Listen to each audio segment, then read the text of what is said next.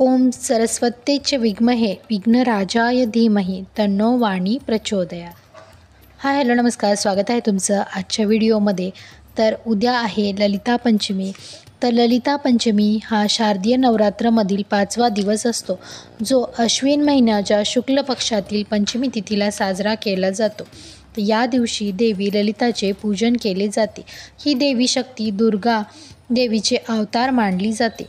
या दिवशी व्रत केल्याने आणि पूजा केल्याने घरात सुख, समृद्धी, आनंद आणि ज्ञानाची प्राप्ती होते.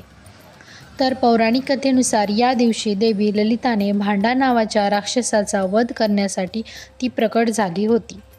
तसेच या दिवशी ललिता देवीची पूजा आणि व्रत केल्याने भक्तांना आनंद, ज्ञान, सुख आणि समृद्धी मिळते.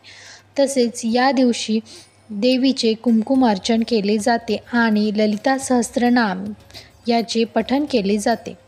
तर अशा प्रकारे ललिता पंचमी साजरी केली जाते. तर उद्या दिनांक 26 सप्टेंबर शुक्रवार रोजी आपल्याला ललिता पंचमी साजरी करायची आहे. तसेच या दिवशी सरस्वती पूजन करण्याला देखील तितकेच महत्त्व आहे. तर या दिवशी आपल्या मुलांसाठी आपल्याला हा एक उपाय करायचा आहे.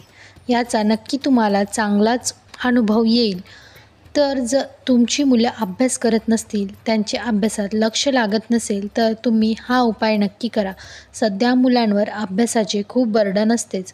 तर तुम्ही मुलांनासुद्धा थोडंसं अध्यात्माकडे न्या. त्यांना मंत्राचे जप, ध्यान, मंत्र, स्तोत्र यांची देखील सवय लावा. याने मुलांवर चांगले संस्कार घडतील, मन शांत राहील, एकाग्रता वाढेल. त्यामुळे मुलांना या गोष्टी नक्की करायला लावा.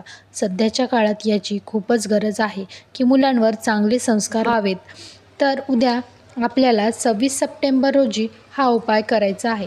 तुम्हाला जर उद्या काही कारणाने हा उपाय करणे शक्य झाले नाही, तर तुम्ही 27 सप्टेंबर रोजी हा उपाय करू शकता.